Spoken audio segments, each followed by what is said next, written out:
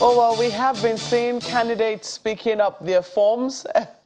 Well, will-be candidates, because according to how they're called now, they're still aspirants. So we've seen that deluge of people picking up their forms at their party, or wherever it is their party has designated for them to pick up the forms. We have complained about the prices of those forms, but those who are picking them up do not seem to mind. 100 million naira for the APC and 40 million naira for the PDP. You have a number of other parties whose nomination forms are not that costly, but maybe they're not costly to those who are picking them up. But INEC yesterday issued a reminder that it is sacrosanct for them to finish their primaries by a certain date. The program we're hosting this morning, or the conversation which we're about to have, is also to remind you that there is a deadline for wanting to be an active participator, if there's any such word, in the 2023 elections. For you to be a participant in the 2023 elections as an eligible voter, you have to have your voter's card. There is a window for continuous voter registration, and that window is going to be closed by the 30th of June this year. The question we're going to be asking this morning is how far so far? Because we know that INEC has brought a number of innovations into it, but people are still asking for more. So we have somebody who should know about this with us this morning. Abimbola Oladunjoye is Deputy Director, Management Information Systems, ICT Department at INEC Headquarters. Ma'am, you're welcome to Sunrise Elite this morning. Thank you, Mokwe. Good morning, Nigerians. Good morning. Let me answer on their behalf. I'm wondering, when INEC decided to open up the continuous voter registration exercise, can you tell us if there were any projections as to how many people you thought were going to be, signing up to this exercise, and if we're prepared for it? Okay. Yes, while INEC was planning for the CVR exercise, we actually had a projection of about 10 million new registrants into the database of voters. Because between 2015 and 2019, we had a similar figure. So that was actually the projection, yeah. You're hoping that 10 million. So what exactly, where are we now? Have we surpassed that? Do you have up to 10 million, or do you think it's early days yet? Well, it may not be early days because we've done this for almost a year now. We've not gotten close to 10 million actually. But we've had over, between June and December last year, we had about 2.5 million registrants. By the time we did our duplication and stuff, we had about 1.3 million registrants. So between January and now, we've not had up to 5 million new registrations. And of course, we're going to run our deduplication process and stuff. So at the end of the day, I'm thinking we may not have more than 5 million new registrants, actually. I know why I say it's early days yet. Go and ask the ID card people. I'm trying to remember the name of the agency. NIMSI. Yes, and the registration process. They say that we're last-minute people, that we like to do things at the last minute. And so you never can tell. Do you anticipate that? Is that something that you think could happen? Yes. In fact, we were feeling it already. Because we've had 3 full phases. This is the 4th quarter of the registration. We started April 11th. And between April 11th and now, we've had over 2 million new applications, actually. Okay. Then about 1.3 million persons have completed such applications. So we'll have a surge, definitely. And then now we are no longer at our LG offices and state offices only. We now have registration centers at some wards that's at lower levels. So we're going to have more pops here and there. Okay, so you're expecting that surge. The question is, are you prepared for it? Yes, we are. Yes, I must say yes, we are. We may not have enough machines to go around all the wards at a time, but we have timetables. We have a schedule already for each of the local government area offices. So people now know when to expect machines within their vicinity. So we have machines, we have people, we have staff on the field. It's ongoing.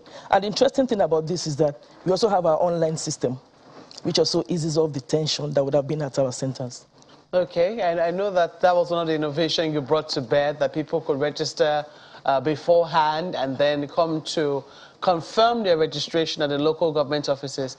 Now you say that you have now decentralized and that you don't you're now finding ways to meet people. Where precisely would you say you are meeting people now apart from local government offices? Okay, so we have offices at our registration areas. We call them our RA centers, racks, and etc. So we have machines. Now, like I said, we have each local government area has 2 or 3 machines roving around the wards. So there's a schedule. Okay, if you're at Ward A today for 5 days, then the next 5 days will be at Ward B, or we can be at Ward A and Ward Z at the same time. So there's actually a schedule of such rotations at the local government area offices. And then we also have the information online. You can go to locator.inecnigeria.org. And then you select your local government area. That's the state and the local government area. You see the schedule of our registration process, how the machines will move from one RA to another. So you can also book and schedule your appointments there. Okay. Yeah. I'm looking at a place like Abuja, and I know that, residential areas are pretty scattered. Abuja has a thing, excuse me, Abuja has a thing about estates. And we found out that, not a lot of estates have polling units within them. So how does it work for those kinds of... It's not your typical local government area that's got maybe little villages and wards in those villages. How is it scheduled for a place like Abuja, for instance? Okay. We have polling units everywhere now in Abuja. You remember sometime last year the commission created 56,000 plus polling units. Indeed, there was a delineation. Yeah. And we had a lot. We had over 1,000 of such in the FCT, only in the FCT. So virtually every estate, every location now has a polling unit. So what we advise people in the FCT is don't go do fresh registration. You can go apply for transfer. And the good thing is you can do transfer on your phone. You don't need to visit an INEC office to start or finish your transfer process. So you can go to cvr.inecnigeria.org and then click on transfer and move your registration from where you were or where you are presently to a polling unit very close to you. In fact, we have polling units scattered across everywhere in the FCT right now.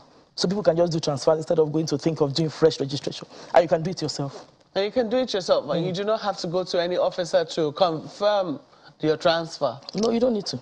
How do you know that it has gone through? Because it will be a shame for you to wait till how will I put it now, to election day. Election day for you to now find out, oh, it's not there, it didn't quite happen. Exactly. Okay. So the people who have those kinds of fears, what would how can they confirm and be cocksure that indeed the transfer which they did on their phones has gone through? Okay.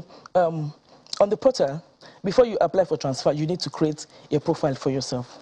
And the profile includes putting your email address and your phone number. So everything that happens on your registration process, you get a notification in your email. A transfer is, when you apply for transfer, there are 2 processes to it. The electoral officer needs to approve. Then the electoral commission, resident electoral commission of that state approves. So it goes through the stage 1 and the stage 2. So as each of these things happen, you get a notification in your email. And at regular intervals, you could log into the portal and then check the progress of your registration. So you do it yourself, you can see it yourself. Just log into the portal, check, and you will see how your application is going.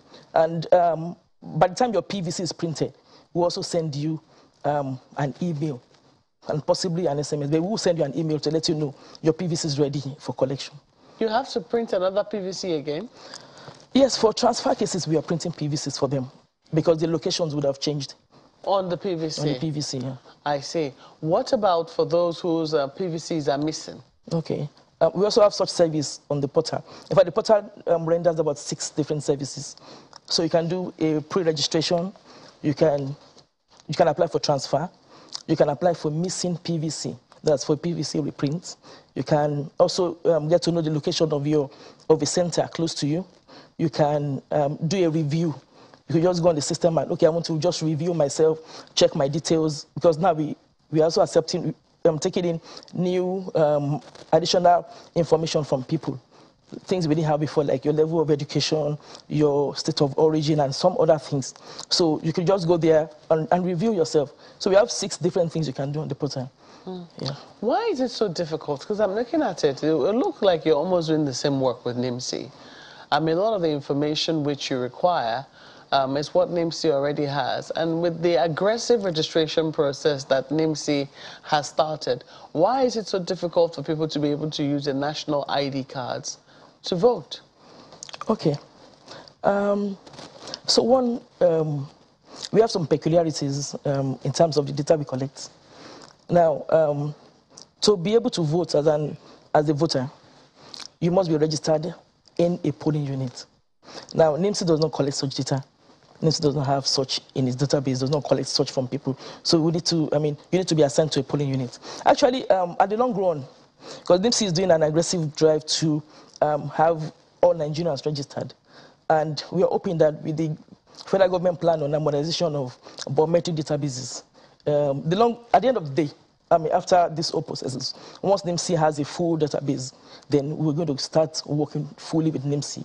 And then you don't need to come for biometric data capture. All you need to do is go to NIMC, capture your biometrics, then INEC, you come to INEC, you give us the name. In fact, we are collecting name now, so if you have your name, you can submit your name. So you come to INEC, drop your name with INEC. INEC now pulls your data from NIMC and then assigns you to a polling unit. That's what's going to happen at the long run. But for now, we are not there yet.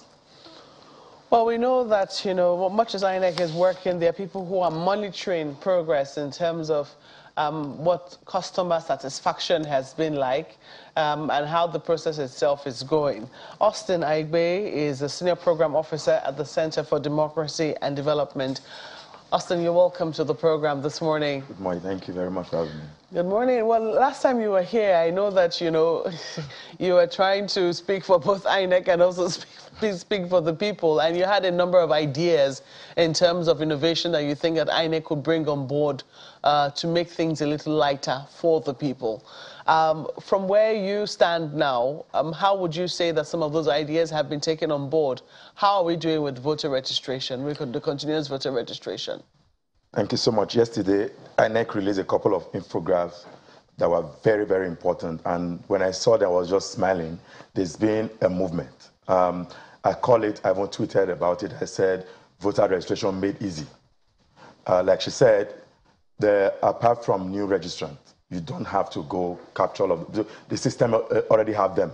So for young folks, old folks who had ever registered before, maybe want to update their registration information, want to change their location, want to even identify their polling unit, you just simply log on to cvro.inecnigeria.org and you get all of the details. So you don't have to go through the process when you are not a first-time registrant. So it reduces the burden at the level, whether at the world level or at the area where she's talking about where the data machines will be moving from one location to the other. But it is an improvement because more people don't want to spare that time. We're talking about living somewhere far away in Lagos. You don't have the time to leave your offices. But maybe you did that registration some 11 years ago, maybe 2011, like mine 2011 when I did in my state, and I want to move it. That card is still valid. However, I just need to enter my VIN number.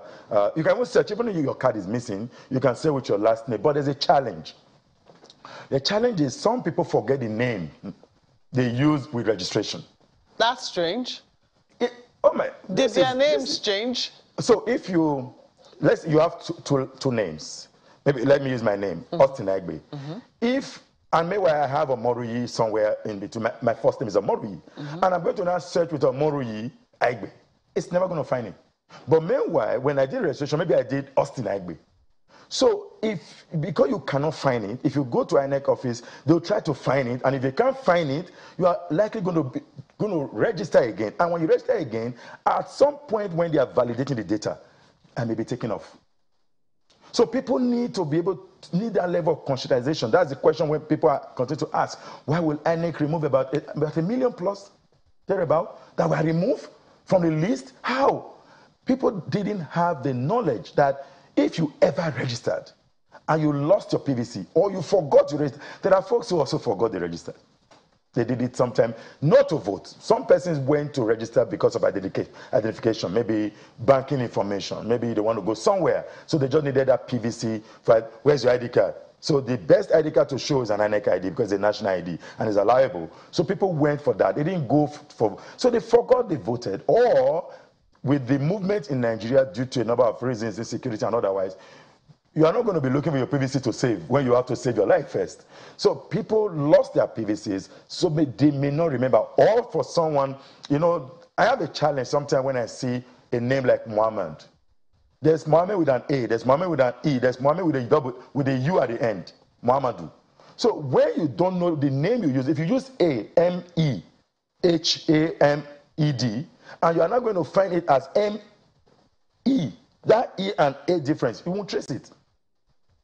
So when you don't trace it, you are going to be capacitated to say, I didn't register, because Nigerians will always say, because they needed a new ID card, they needed to get registered, they are going to quickly say, no, I never registered. Huh? And when you go through the data, you are unlikely to find it if you search it. But with the app to clean up the system, it will pull it up by other information, by other biometrics. And if that pull up, it will be taken out. Meanwhile, the one that will be taken out may be the new one, and the old one is missing. The person on election day, or before election, doesn't have a PVC. He continues to complain that INEC is not registered. INEC is dead. There's need for more consultation. There's need for more information. But there's a lot of work to be done. You know, when you talk about, you ask about why INEC is not synchronizing with NIMS. The law empowers INEC to have a register of voters. That law needs to change. If the law is still there that INEC must have a register of voters, it therefore means that it must collect its own data. Must it? You have to change it. That there has to be that synchronization of law to say INEC should rely or take data from. If that doesn't happen, someone will go to court tomorrow. We know this country. People are always looking for technicality to have issue with the election process. All you need to do is just to go to court and say INEC did not update its register. Therefore, the people who turned 18 were disenfranchised. You know, all manner of things. And court processes may take as long as forever. And if the court then agrees with the person, then there's a challenge. So we need to have that law of parliament to synchronize all of the information in this country. Better, there's also BVN, there is NIMS, there is INEC. In fact, I had many of them. Well, a lot of what you're talking about, I mean, I'm thinking about the kinds of people that we are. Yes, we also have our peculiar challenges, but when you talk about, you know, people might forget the name they used. When it's not like as if you got married or, you know, you decide to... It's weird, right? Yeah, I mean, how can you forget the name? Since you have been born, shouldn't it have been one name? If you did change name at any point in time, you can always say, okay, if it's not the name I'm currently using now, maybe it's the name I had before. Can I shock you? But to forget the name that you used... Can I shock you? We have issues like that. You can confirm that. In fact, I had one yesterday. What is? I had one yesterday. And the complaint came to me that this person did the registration earlier, checked his registration with his PVC. I mean, checked online, he didn't find his name. So he went to do another registration sometime in January, sometime last year. So we ran our deduplication process in January, and his PVC didn't arrive. So they brought this case. So when we checked on the system flagged that new registration, the one he just did, as double registration. So it was like, but I didn't find the old one. So I went to do a new one. In fact, it became like a case of, oh, there's somebody chanting me in INEC. Why can't I find my details? So I checked. Yes, I didn't find the first one. The second one was already classified as duplication. So I was trying to locate, okay, no, this man must be somewhere in the register. Why did the system flag him? I checked nationwide. But lo and behold, what we noticed in his case was he actually put a doctor before his first name. So he had, that's why, I mean, we don't take titles, but maybe, you know, some of us like titles a lot. So he put Dr. blah, blah, blah as his first name. And then he puts in fact, the names were not in the sequence that he thought he put them. so it didn't come out. So we could not. So we had to just do a lot of search to enable us find that registration. And so I guess he had even forgotten that he did that. So actually had 3 registration on the system, and then I guess maybe the old one was not the correct one because things may have changed. His location may have changed and stuff. Another thing also is people forget their date of birth. A lot of people. Yesterday somebody was in my office and I said, which date of birth did you use? That's what I asked. That's what I asked them. Because a lot of times people they'll tell you, okay, no, it's 1976. By the time you search, you don't find them. They say, okay, try 1978. Oh, okay, try 82. And somewhere along the line, you end up finding them. So people use multiple dates of birth. And in order to streamline the search, like he said, you have a lot of Mohammeds, a lot of people bearing same names. So we also request for your date of birth to enable us to streamline the name search, to one person.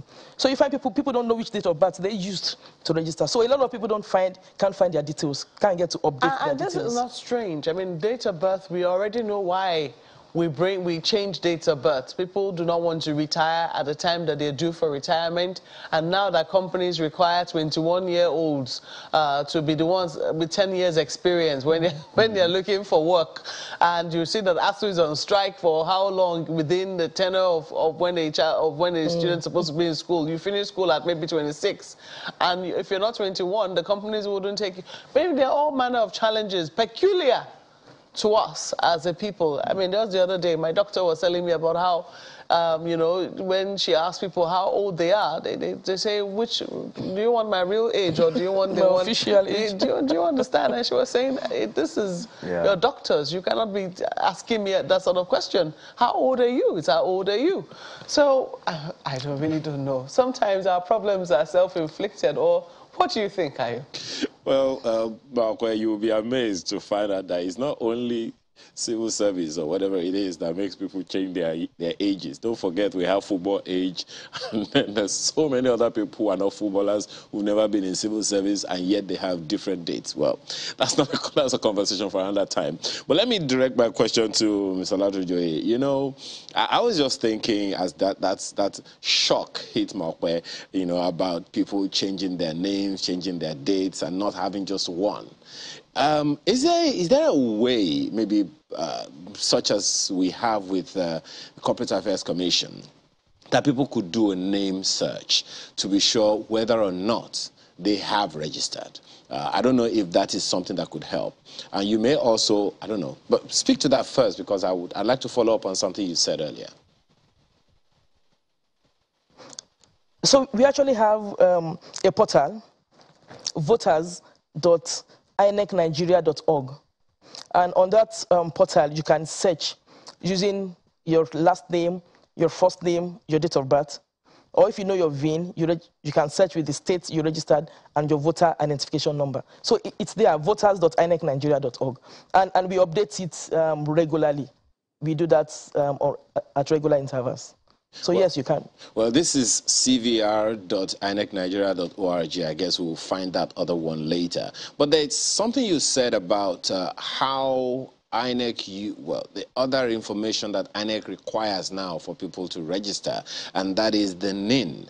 And I understand from my experience, getting my national identity number, that it has to be uniform with every other information that you have. In fact, every agency of government, from what I understand, require your national identity number ensure that the name that you have on your national identity number must correspond with every other data that you give out. You want to get a passport, for instance, and you have supplied your NIN, that's your national identity number. The details, the information you give to NIMC has to correspond in order for you to get a viable or a verifiable passport. Is that something that INEC is also pursuing? Maybe that will help reduce the challenges that people have getting their PVC. Okay, so we don't do a validation with the NIN supplied. Yes, NIN is supplied. We take your NIN if you have your NIN. For us, NIN is not compulsory yet.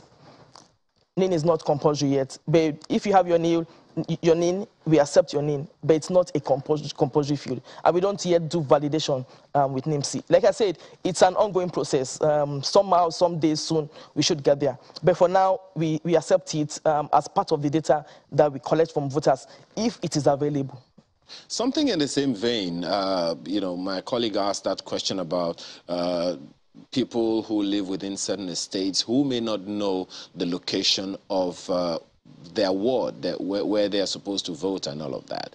Now, that challenge may also arise in the process of voting. You talked about that, you know, when you talked about people going to register and all of that. My experience, you will have to forgive me, I was looking for the ward closest to my home. I just had to choose one because thankfully I had someone who was almost always home to know, okay, this place is not too far away. So there might be challenges with people locating the closest voting location to them. Is there a way to guide people in that regard? Yes, there is. On the INEC website, that's inecnigeria.org, there's a polling units menu there where you can click and see all the polling units in the country. You select the state, and then it shows you the wards and then the polling units under each of the ward. So we have it on our website. You can go to the website. If you go through the website, you'll see a place where you can click, and then it tells you the polling units that you have nationwide. So you can search yourself and know which polling unit is close to you. Before I go to Mr. Aigbe, let me quickly ask you, what are some of the challenges that you have had in this process of helping people to get registered? We'll come to some of the details later. What are some of the challenges that you have had that you need people to understand in order to make the process easier for them and for INEC?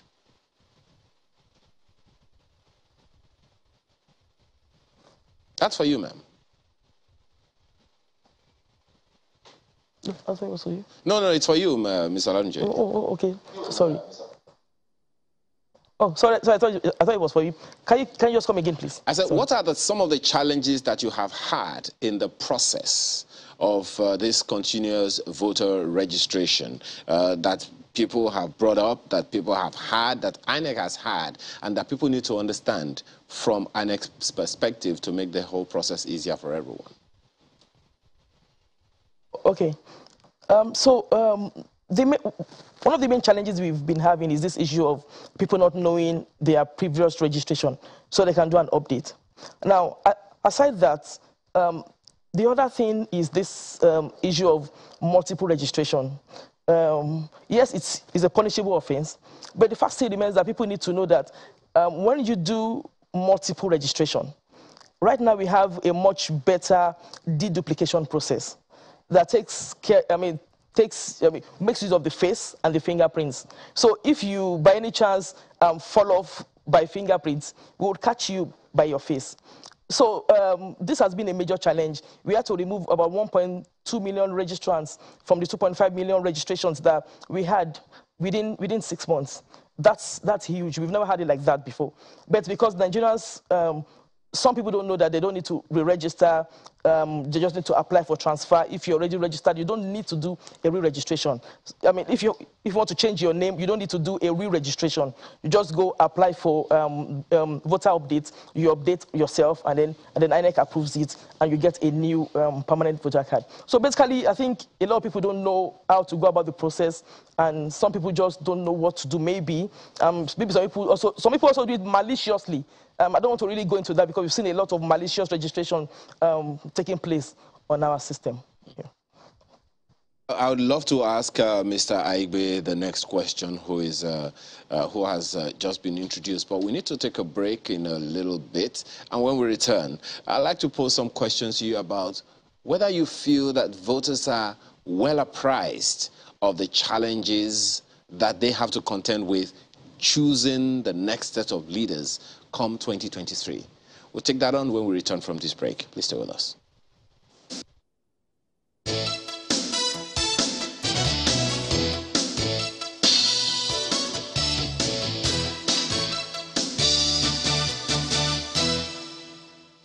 Thank you for staying with us. Well, Mr. Aigbe, Do you think the voter is ready for 2023? I am saying that in the light of not just getting a PVC or getting registered to vote, but in terms of the entire cycle of voter education. Perhaps people don't even know what things they need to be able to make the appropriate decision for the election of next year. That question is an important question because of the current state. And you see the hurricane of candidates in these political parties, particularly major political parties. One party having, for the very first time, over 20 presidential candidates who has doled out 100 million naira to secure those forms. So it brings to fore that the Nigerian project is becoming a very big one, and our citizens need to be upscaled in terms of their reasoning. It is about time that we cannot afford to go through the kind of challenge we had in the last 8 years or 7 years, as it were, that we then will have to go beyond just not political party affiliation isn't just enough. And I think people are already looking at that now. The last election does show some the kind of ambience which you expect in 2023. In the FCT election, you would expect that the ruling party would have grabbed most of the local election, the area council, as it were. But at the end of the day, surprisingly, there was an upturn, and people were, oh, this is exactly where we're heading. So people are beginning to look at the face of the candidate, the face of the candidate. What can the candidate bring to fore? And going to Ekiti is going to also show, because in terms of the way election has improved, it continued to either affect voter apathy or improve turnout. So when people see Ekiti as now we have a new electoral act, Electoral 2022, that gives INEC certain powers to ensure integrity of electoral process. For example, transmission of results. It is no longer an INEC supposed goodwill to put the IRF and upload results. It is now mandatory that INEC should transmit results. So even though we are still waiting for INEC guideline for the election, this equity will show an improvement if there's that level of transparency, and we see the citizens look at the level of integrity in the process. It will impact on Osun, and then the conversation going to 2023 will be upscale. What is important is that all eyes are right now on Ekiti election to show to Nigerians that indeed the commission is ready and want to walk its talk, that no PVC accreditation, no voting. So even if you go to Oluwole to go get a PVC and it cannot be authenticated by the PVC, by the beavers, the candidate will not vote. Or although we may have some challenges anyway, but it will be better, as it were now, there is no incident form. So the process is beginning to improve, and citizens need to see that improvement and then work on improvement, and then it will have greater impact in 2023 elections. Well, but that is one thing. That's one leg of the conversation. Another leg of the conversation is engaging the people that we are going to elect, engaging the people that maybe checking out the CVs of the people that we're going to give jobs to come 2023. INEC has released information out, I think it was last week or thereabout, where the INEC chairman was making it known that the elections will be conducted in 1,491 constituencies, 1 presidential constituency, 109 senatorial districts, 360 federal constituencies, 28 governorship elections, 993 state constituencies, and all of that. And we're going to have 176,846 polling units in 8,809 wards all across the local governments of the country. So those are the people, the number of people that Nigerians are employing come next year.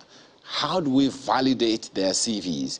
Is it possible to do that before they become candidates? Now they're just aspirants.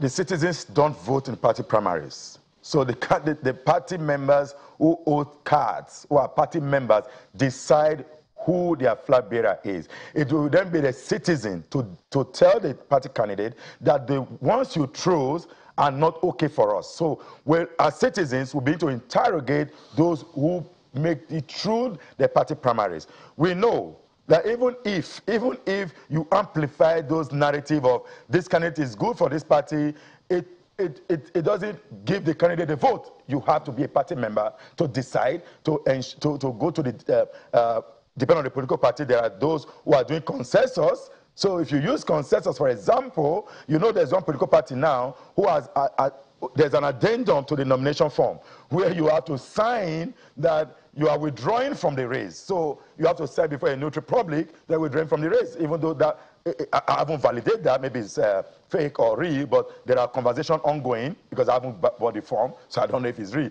But the form is already trending. There are people who are filling those nomination forms are also filling that withdrawal forms. So when they go for consensus, the citizens will not be in that room where the consensus candidate will be agreed on.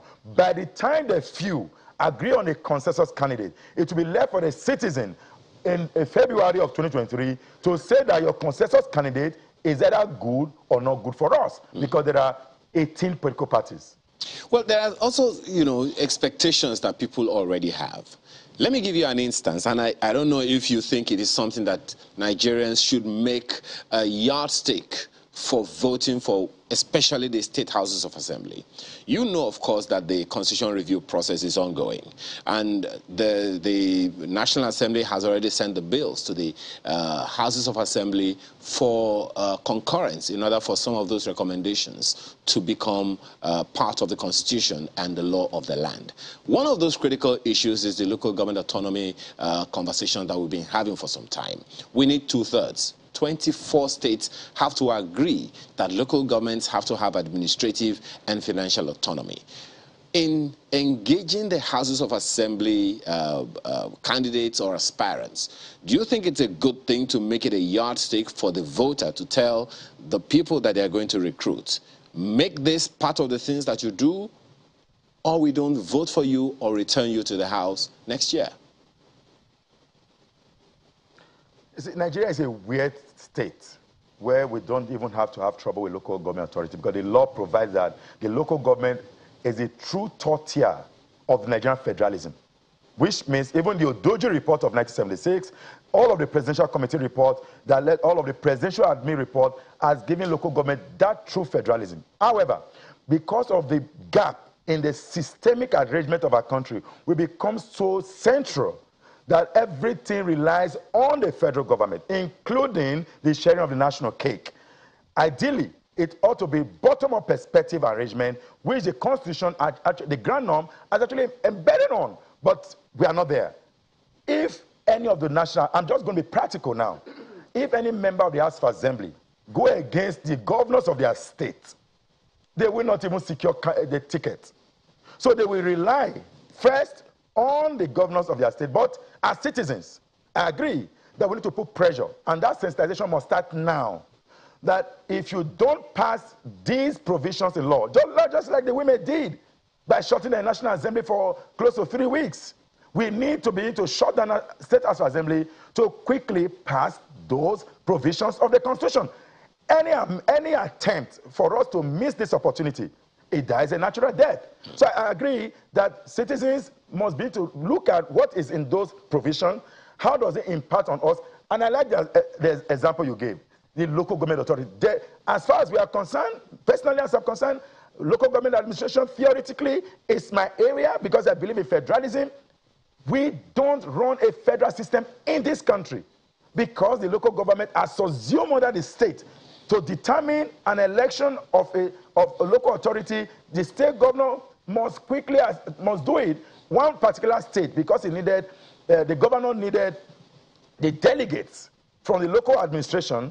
Within 2 weeks, he wants to run a local government election. And certain individuals went to court, and the court said, no, you can't do that. There has to be this provision of time. What I'm saying in NSS is this.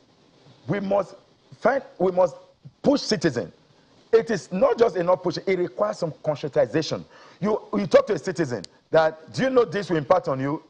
Many citizens will say, just like those who may not remember the name they have on their voter registration, will tell you, and they don't talk now, we have a responsibility. Media, civil society, all of us, we need to work together collaboratively to conscientize, to motivate, to governance support, to move citizens, that we need to take the knowledge of the Constitution to them to see where the benefits are. That if the local government is autonomous, it has greater impact on development, because that is the only government that is closer to the people. But you now see in this country that members of the House of Representatives are performing the role of local government by what we call constituency project. And when the law was being proposed in National Assembly, we went against it to say, no, you don't have that. You don't need to do that. Empower local government to do those responsibilities. Okay. They are closest to the people. The person far away in Imo, in Zamfara, in Edo, in Calabar, the local government chair of those authority knows the greatest challenge of that local government. Okay. They should be responsible to bring development closer to their people. Okay. Well, let me ask Ms. Olatunjoye the next one before I throw it back to my colleague Maupe in Abuja with you right there. Of course, we've seen the update, the continuous voter registration update of week 4, of quarter 4, week 3, as at 7 a.m. Monday, 2nd May, where we have 2,688,246 males, and okay, that's the one you have for fresh people. That's the one for the demographics. 2,688,246 for males, and we have more females registering newly, and we have people with disabilities as well as 3.74 million youths in the process. But there's a question that a number of people are asking. If you go, by the way, to Sunrise Daily's Twitter handle right now, Sunrise Daily Now, you'll see a deluge of questions. People asking all kinds of questions about challenges that they may also be having. Some are asking, for instance, can you ask the INEC woman, what about people who want to do change of name or addition of name, if it is possible to do it online or on your website? Yes, it's possible to do it online. Virtually everything you want to do with regards to your registration process can be done online. Apart from the fact that if you're a fresh registration, a fresh registrant, you need to capture your fingerprints. The only thing you need to go to our office to do is your fingerprints. So if you need to do an update on your registration details, just go to the portal, that's civia.inecnigeria.org, and then you see, you create a profile for yourself, or you log in with your Google Mail, and then you see an option where you can select updates, voter updates. You just go to that part of the site, and then you can do any updates to your registration details. They don't need, be it name, be it your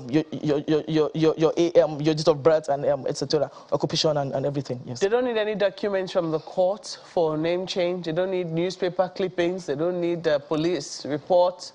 Okay. For those who have lost their So if you've lost your PVC, yes, you need a police report. There's a section where you can attach relevant documents. If it's a name change, you can use your court affidavit or newspaper report or your marriage certificate or whatever to prove that. Yes. Okay. But you can do it all online. Okay. So you heard that. You still need, for those of us who were thinking that we could get around getting the police report, you still need one. You have to attach it when you go to that website. But at least when you do have it, you can actually get it. You can attach it to. You can do it from the comfort of your home, your office, or wherever it is that you find yourself. You also have a number of people complaining about where they have done their registration and how they're yet to receive their voter registration card. This one says, this is from Area Warrior, says, I have done my transfer from Koshofe to Akute since last year. Up till now, no response from INEC. Okay, so if it's an online process that the person did, the person should just go back to the portal, log in, and she will see the progress of the registration process, that's of the transfer process.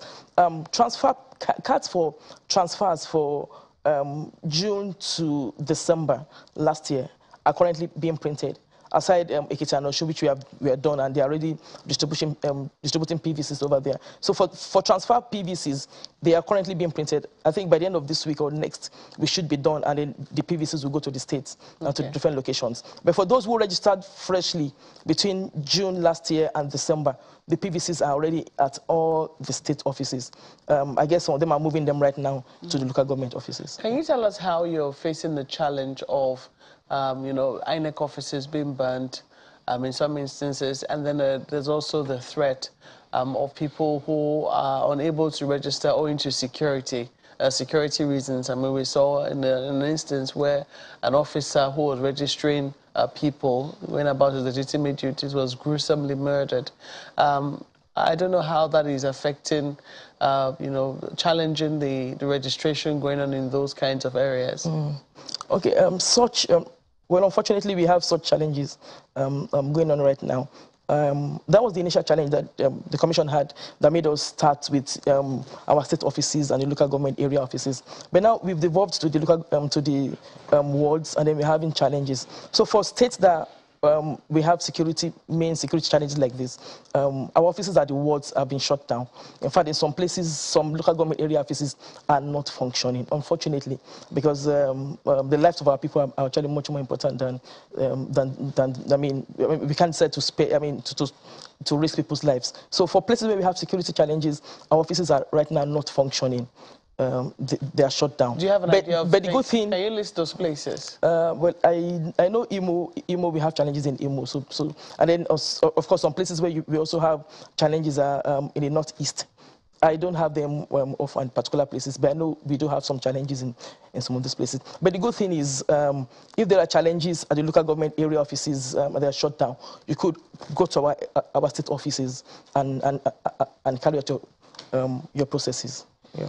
Austin, I want to quickly ask you whether you're satisfied with the publicity that we're getting, even as this process is about to wind down. We understand it will be rounding off at around June the 30th, I believe. Shouldn't we be seeing a little more aggressive promoting of this continuous voter registration, even as it's about to wind down? That's where the challenge, again, talking about us Nigerians, we have a strategy of always delaying till the last minute, and then when INEC was to begin the CVR, we had a conversation. It was, I mean, INEC, usually we engage stakeholders. We're like, by June of next year, which is now this year, people will still not be ready. What do we do? So we began that advocacy since then, pushing people. The online, if you remember, it started online. People then moved to state, then gradually to local authority, and then now to the world, just to be able to mobilize particularly young people. But we can see the data now that there are more young people registering, 3 million plus as of 2nd of May. That's huge, but we still need more. More young people, more people have turned 18 between 2019 and date. They need to go up now. Start online, then gradually you have it done. People will just wait. I don't have all the time. There is never any time that's available. You got to create the time. When it's a day to the last day, you're going to see a surge. And it's not just for registration. Even on election day, poll ends at 2:30. You will see people who are closer around the polling unit showing up around 2 p.m. There won't be, the queue will not be so much in the morning. About the time it's going to end, you see the surge. Nigerians we need to try to change this orientation. The earlier you go, people are just sitting down, doing nothing now because nobody's coming. Take advantage of this idleness and quickly go register. It is the best time. And I want to give INEC the burden of publicity. The political parties, they are the greatest beneficiary of these PVCs, of voters getting registered. Media, civil society organization, we all have our duty. We are doing ours. Media, I'm sure you're doing yours. What you're doing now is very huge. INEC continue to pull out a lot of social media ad and all that. But it's still not enough. We need to maybe just go to people's houses and say, are you registered? Say, no, yeah, come. Oh, yeah, go this way. That's something that some CSOs are already doing. They go to communities, engage with them, register them online in those communities, go meet with INEC official. One of them called me and I said, it's easy. Go to INEC office, state office, because you're talking about FCT. Go to INEC state office, try to to see the rec. If you're able to see the rec, even if you're unable to see the rec, see a less officer that this is what you intend to do. Go to those communities, register like 100 people online, then liaise with INEC, pull in the machine, and get them registered once. So we can continue to do that rather than just assuming that people will leave their homes. There need to be some incentives. And people are not just motivated. There need to be that motivation, particularly with... Incentives, what do you mean? Incentive like going to them. Okay. Going to them, registering themselves. You know, giving them that level of... Clarification is extremely important. Well, gentlemen and lady, we have totally run out of time. I have to thank you both for coming on Sunrise Early this morning. Abimbola Oladunjoye is the Deputy Director, Management Information Systems at the ICT Department of INEC in the headquarters. Thank you so much for coming on this morning. Thank you, it's my pleasure. And Austin Aigbe is the Senior Program Officer, Center for Democracy and Development. Austin, thank you so much for coming on as well.